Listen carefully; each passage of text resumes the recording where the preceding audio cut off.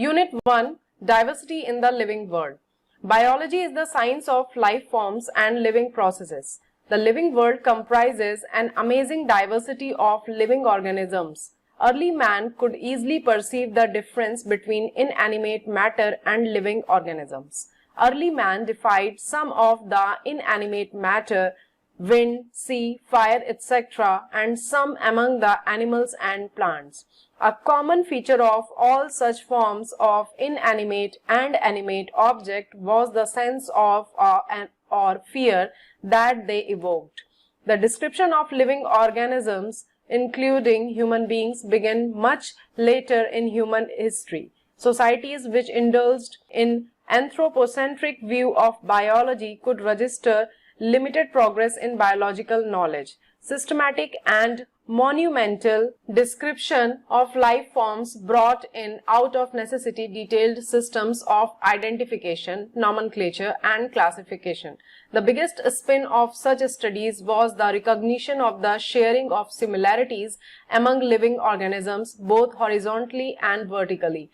That all present-day living organisms are related to each other and also to all organisms that ever lived on this earth was a revelation which humbled man and led to cultural movements for conservation of biodiversity. In the following chapters of this unit, you will get a description including classification of animals, plants from a taxonomist perspective. Scientist Ernest Mayr, 1904 to 2004. Born on 5th July 1904 in Kempten, Germany, Ernest Mayr, the Harvard University evolutionary biologist who has been called the Darwin of the 20th century, was one of the 100 greatest scientists of all time. Mayr joined Harvard's Faculty of Arts and Sciences in 1953 and retired in 1975, assuming the title Alexander Agassiz Professor of Zoology Emeritus throughout his nearly 80 years career. His research spanned ornithology, taxonomy, zoo geography, evolution, systematics, and the history and philosophy of biology. He almost single-handedly made the origin of species diversity the central question of evolutionary biology that it is today. He also pioneered the currently accepted definition of biological species. Mayr was awarded the three prizes widely regarded as the Triple Crown of Biology: the Belzin Prize in 1983, the International Prize for Biology in 1994, and the Kraft Food Prize in 1999. Mayr died at the age of 100 in the year 2004. Chapter 1, The Living World. How wonderful is the living world! The wide range of living type is amazing. The extraordinary habitats in which we find living organisms, be it cold mountains, deciduous forests, oceans, freshwater lakes, deserts, or hot springs, leave us speechless. The beauty of galloping horse, of the migrating birds, the valley of flowers, or the attacking sharks evokes awe and a deep sense of wonder. The ecological conflict and cooperation among members of a population and among populations of a community, or even the molecular traffic inside a cell, make us deeply reflect on what indeed is life. This question has two implicit questions within it. The first is technical one and seeks answer to what living is as opposed to the non-living, and the second is philosophical one and seeks answer to what the purpose of life is. As scientists, we shall not attempt answering the second question. We will try to reflect on what is living. 1.1 What is living? When we try to define living, we conventionally look for distinctive characteristics exhibited by living organisms: growth, reproduction, ability to sense environment, and mount a suitable response come to our mind immediately as unique features of living organisms. One can add a few more features like metabolism, ability to self-replicate, self-organize, interact, and emergence to this list. Let us try to understand each of these. All living organisms grow. Increase in mass and increase in number of individuals are twin characteristics of growth. A multicellular organism grows by cell division. In plants, this growth by cell division occurs continuously throughout their lifespan. In animals, this growth is seen only up to a certain age. However, cell division occurs in certain tissues to replace lost cells. Unicellular organisms grow by cell division. One can easily observe this in vitro cultures by simply counting the number of cells under the microscope. In majority of higher animals and plants, growth and reproduction are mutually exclusive events. One must remember that increase in body mass is considered as growth. Non-living objects also grow if we take increase in body mass as a criteria for growth. Mountains, boulders and sand mounds do grow. However, this kind of growth exhibited by non-living object is accumulation of material on the surface. In living organisms, growth is from one side. Growth therefore cannot be taken as defining property of living organisms. Conditions under which it can be observed in all living organisms have to be explained, and then we understand that it is a characteristic of living system. A dead organism does not grow. Reproduction likewise is a characteristic of living organisms. In multicellular organisms, reproduction refers to the production of progeny possessing features more or less similar to those of parents. Invariably and implicitly, we refer to sexual reproduction. Organisms reproduce by asexual means also. Fungi multiply and spread easily due to the millions of asexual spores they produce. In lower organisms like yeast and hydra, we observe budding. In planaria, that is flatworms, we observe true regeneration. That is, a fragmented organism regenerates the lost part of its body and becomes a new organism. The fungi, the filamentous algae, the protonema of mosses all easily multiply by fragmentation. When it comes to unicellular organisms like bacteria, unicellular algae or amoeba, reproduction is synonymous with growth, that is, increase in number of cells. We have already defined growth as equivalent to increase in cell number or mass. Hence, we notice that in single-celled organisms, we are not very clear about the usage of these two terms, growth and reproduction. Further, there are many organisms which do not reproduce, that is, mules, sterile worker bees, infertile human couples, etc. Hence, reproduction also cannot be an all-inclusive defining characteristic of living organisms. Of course, no non-living object is capable of reproducing or replicating by itself. Another characteristic of life is metabolism. All living organisms are made of chemical. These chemicals, small and big, belonging to various classes, sizes, functions, etc., are constantly being made and changed into some other biomolecules. These conversions are chemical reactions or metabolic reactions. There are thousands of metabolic reactions occurring simultaneously inside all living organisms, be they unicellular or multicellular. All plants, animals, fungi and microbes exhibit metabolism. The sum total of all the chemical reactions occurring in our body is metabolism. No non-living object exhibits metabolism. Metabolic reactions can be demonstrated outside the body in cell-free system. An isolated metabolic reaction outside the body of an organism performed in a test tube is neither living nor non-living. Hence, while metabolism is a defining feature of all living organisms without exception, isolated metabolic reaction in vitro are not living thing but surely living reactions. Hence, cellular organization of the body is the defining feature of life forms. Perhaps the most obvious and technically complicated feature of all living organisms is this ability to sense their surroundings or environment and respond to these environmental stimuli, which could be physical, chemical or biological. We sense our environment through our sense organs. Plants respond to external factors like light, water, temperature, other organisms, pollutants, etc. All organisms from the prokaryotes to the most complex eukaryotes can sense and respond to environmental cues.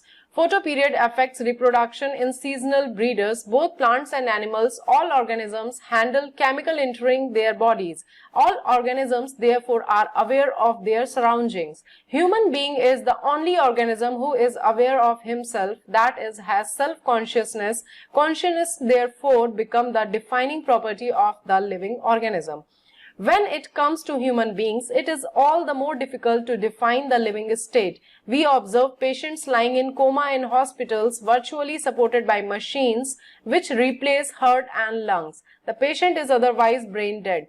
The patient has no self-consciousness. Are you such patients who never come back to normal life, living or non-living? In higher classes, you will come to know that all living phenomena are due to underlying interactions. Properties of tissues are not present in the constituent cells but arise as a result of interactions among the constituent cells.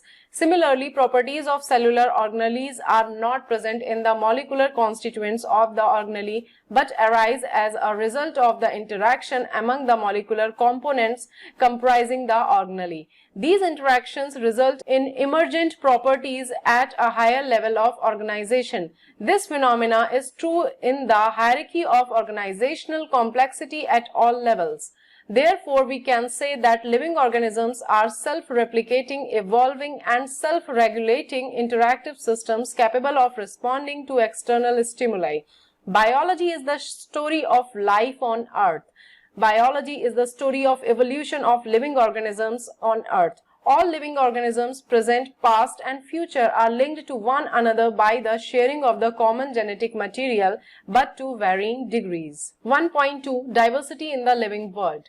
If you look around, you will see a large variety of living organisms, be it potted plants, insects, birds, your pets, or other animals and plants. There are also several organisms that you cannot see with your naked eye, but they are all around you. If you were to increase the area that you make observations in, the range and variety of organisms that you see would increase. Obviously, if you were to visit a dense forest, you would probably see a much greater number and kinds of living organisms in it. Each different kind of plant, animal or organism that you see represents a species. The number of species that are known and described range between 1.7 to 1.8 million. This refers to biodiversity, or the number and types of organisms present on Earth. We should remember here that as we explore new areas and even old ones, new organisms are continuously being identified. As stated earlier, there are millions of plants and animals in the world. We know the plants and animals in our own area by their local names. These local names would vary from place to place, even within a country. Probably you would recognize the confusion that would be created if we did not find ways and means to talk to each other, to refer to organisms we are talking about. Hence, there is a need to standardize the naming of living organisms such that a particular organism is known by the same name all over the world. This process is called nomenclature. Obviously, nomenclature or naming is only possible when the organism is described correctly and we know to what organism the name is attached to. This is identification. In order to facilitate the study, number of scientists have established procedures to assign a scientific name to each known organism. This is acceptable to biologists all over the world. For plants, scientific names are based on agreed principles and criteria which are provided in International Code for Botanical Nomenclature (ICBN). You may ask, how are animals named? Animal taxonomists have evolved International Code of Zoological Nomenclature (ICZN). The scientific names ensure that each organism has only one name. Description of any organism should enable the people in any part of the world to arrive at the same name. They also ensure that such a name has not been used for any other known organism. Biologists follow universally accepted principle to provide scientific names to known organisms. Each name has two components, the generic name and specific epithet. This system of providing a name with two components is called binomial nomenclature. This naming system given by Carolus Linnaeus is being practiced by biologists all over the world. This naming system using a two-word format was found convenient. Let us take the example of mango to understand the way of providing scientific names better. The scientific name of mango is written as Mangifera indica. Let us see how it is a binomial name. In this name, Mangifera represents the genus while indica is a particular species or a specific epithet. Other universal rules of nomenclature are as follows. Biological names are generally in Latin and written in italics. They are Latinized or derived from Latin irrespective of their origin. Second, the first word in a biological name represents the genus while the second component denotes the specific epithet. Third, both the words in a biological name, when handwritten, are separately underlined or printed in italics to indicate their Latin origin. Fourth, the first word denoting the genus starts with a capital letter while the specific epithet starts with a small letter. It can be illustrated with the example of Mangifera indica. Name of the author appears after the specific epithet, that is at the end of the biological name, and is written in an abbreviated form. Example, Mangifera indica Linn. It indicates that this species was first described by Linnaeus. Since it is nearly impossible to study all the living organisms, it is necessary to devise some means to make this possible. This process is classification. Classification is the process by which anything is grouped into convenient categories based on some easily observable characters. For example, we easily recognize groups such as plants or animals or dogs, cats or insects. The moment we use any of these terms, we associate certain characters with the organism in that group. What image do you see when you think of a dog? Obviously, each one of us will see dogs and not cats. Now, if we were to think of Alastians, we know what we are talking about. Similarly, suppose we were to say mammals, you would of course think of animals with external ears and body hair. Likewise, in plants, if we try to talk of wheat, the picture in each of our minds will be of wheat plants, not of rice or any other plants. Hence, all these dogs, cats, mammal, wheat, rice, plants, animals, etc. are convenient categories we use to study organisms.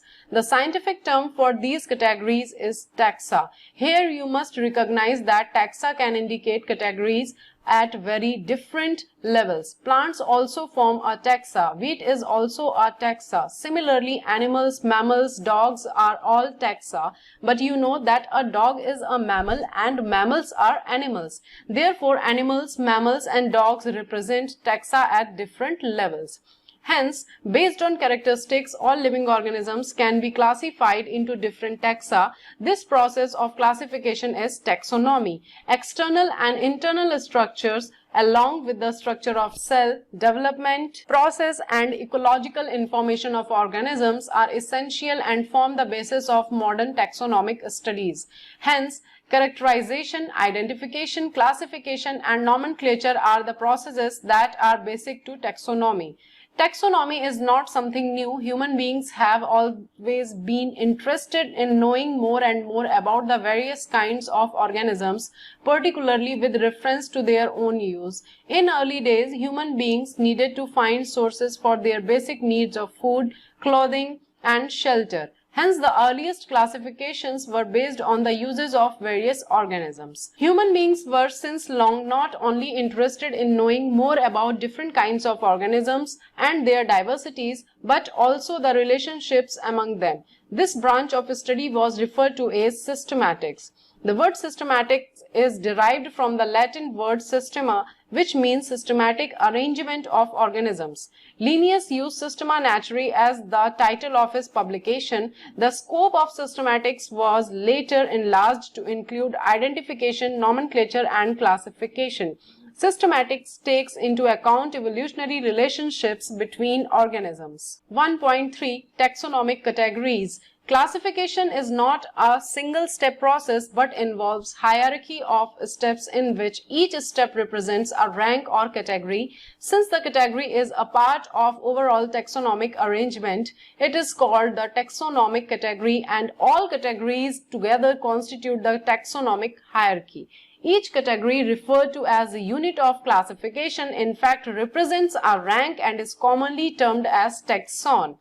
Taxonomic categories and hierarchy can be illustrated by an example. Insects represent a group of organisms sharing common features like 3 pairs of jointed legs. It means insects are recognizable concrete objects which can be classified and thus were given a rank or category. Can you name other such groups of organisms? Remember, groups represent category. Category further denotes rank. Each rank or taxon, in fact, represent a unit of classification.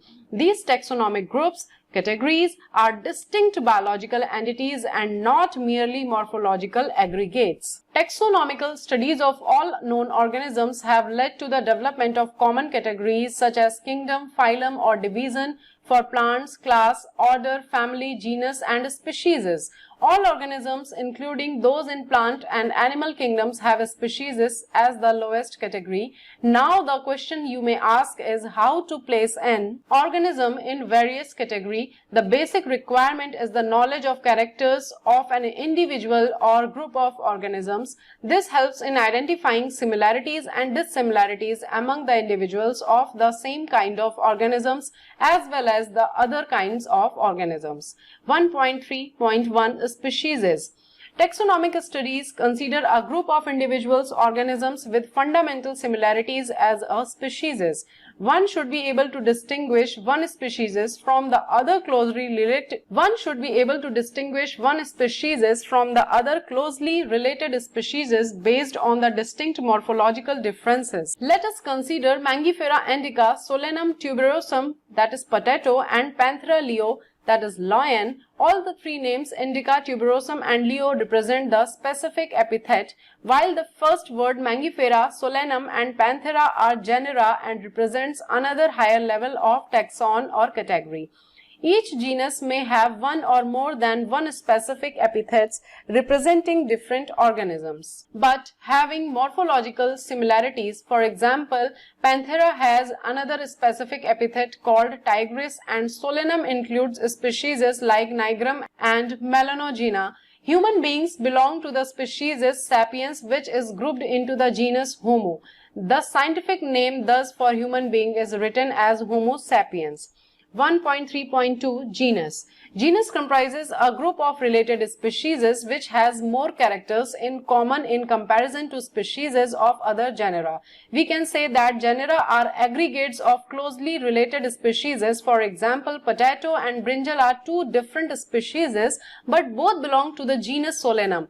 Lion, that is Panthera leo, leopard, that is Panthera pardus, and tiger, that is Panthera tigris, with several common features, are all species of the genus Panthera. This genus differs from another genus Felis, which includes cats. 1.3.3 Family.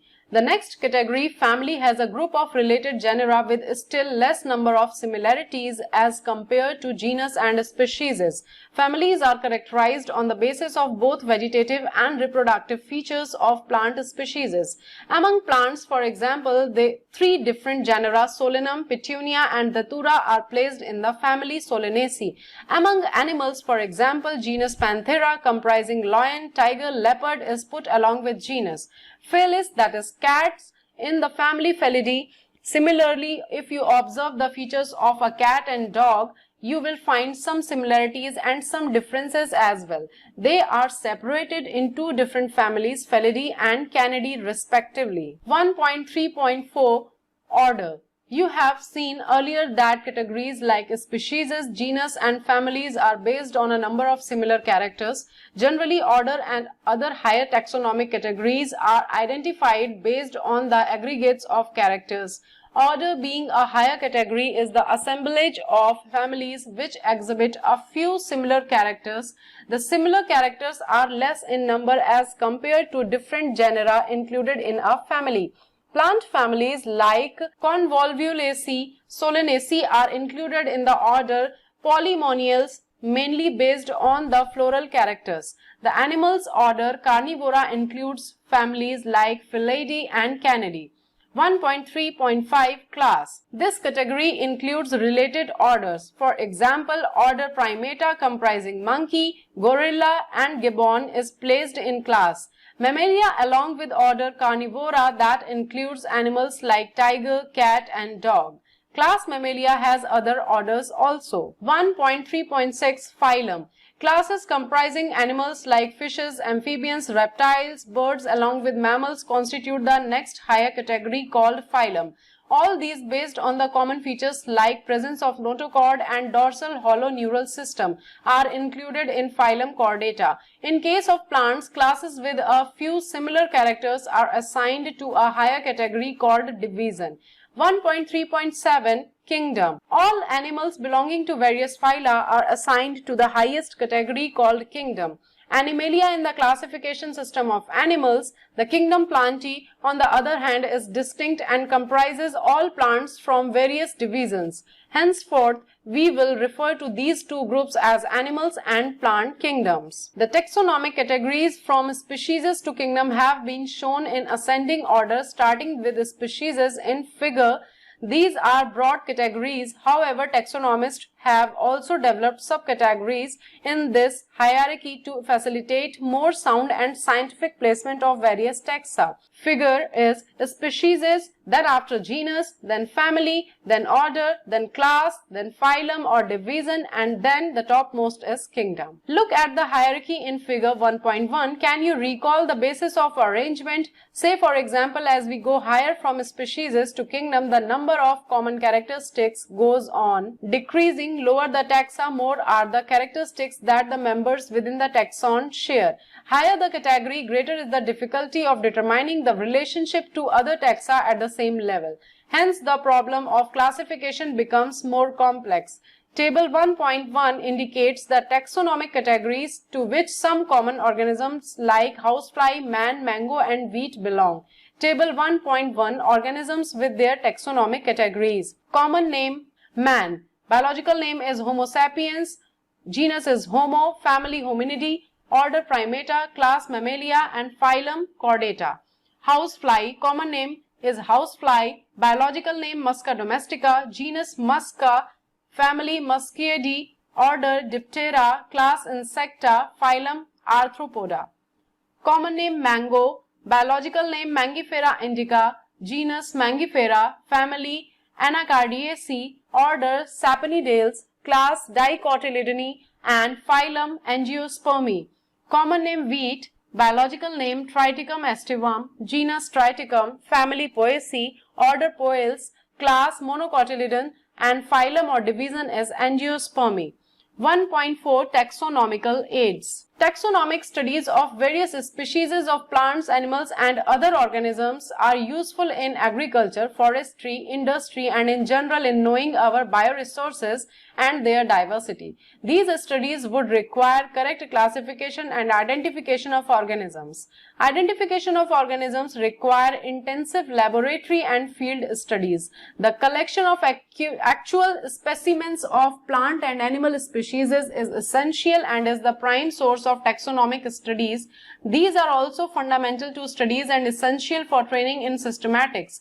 It is used for classification of an organism, and the information gathered is also stored along with the specimens.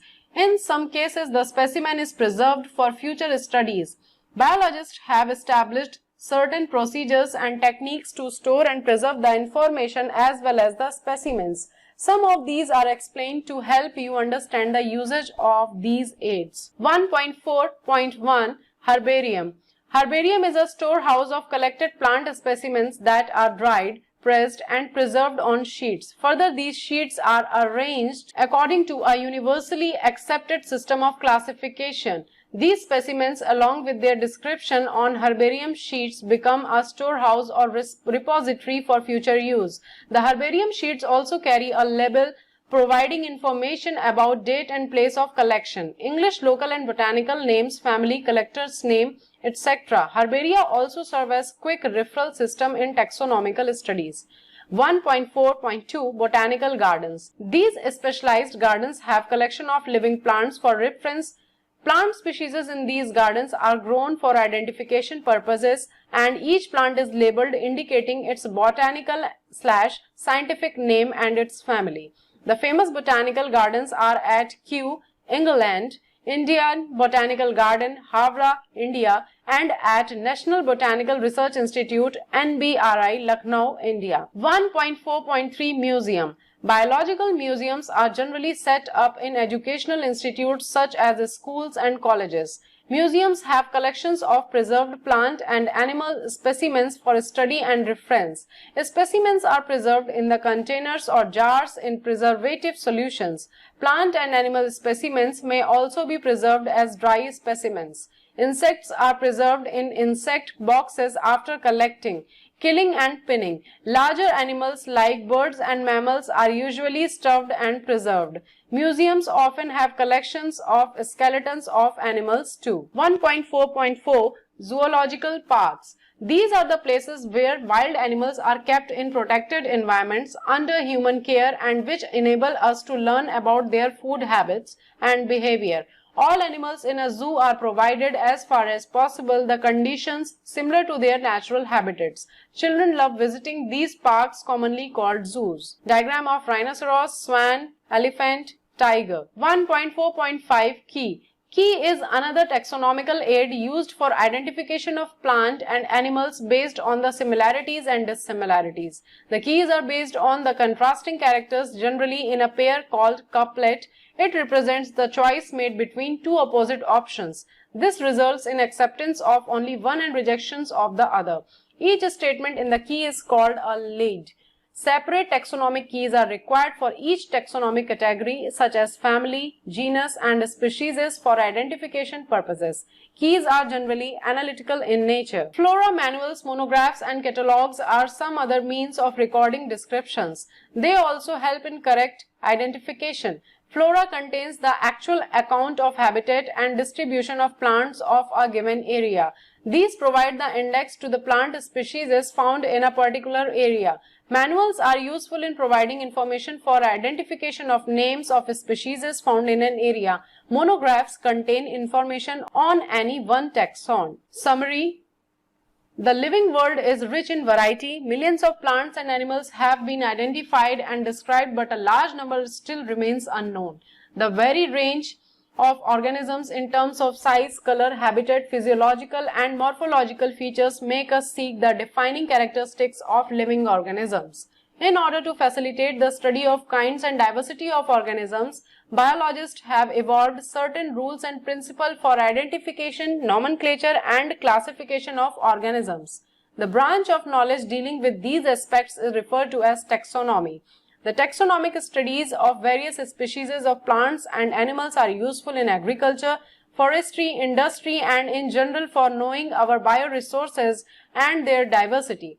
The basics of taxonomy like identification, naming and classification of organisms are universally evolved under international codes.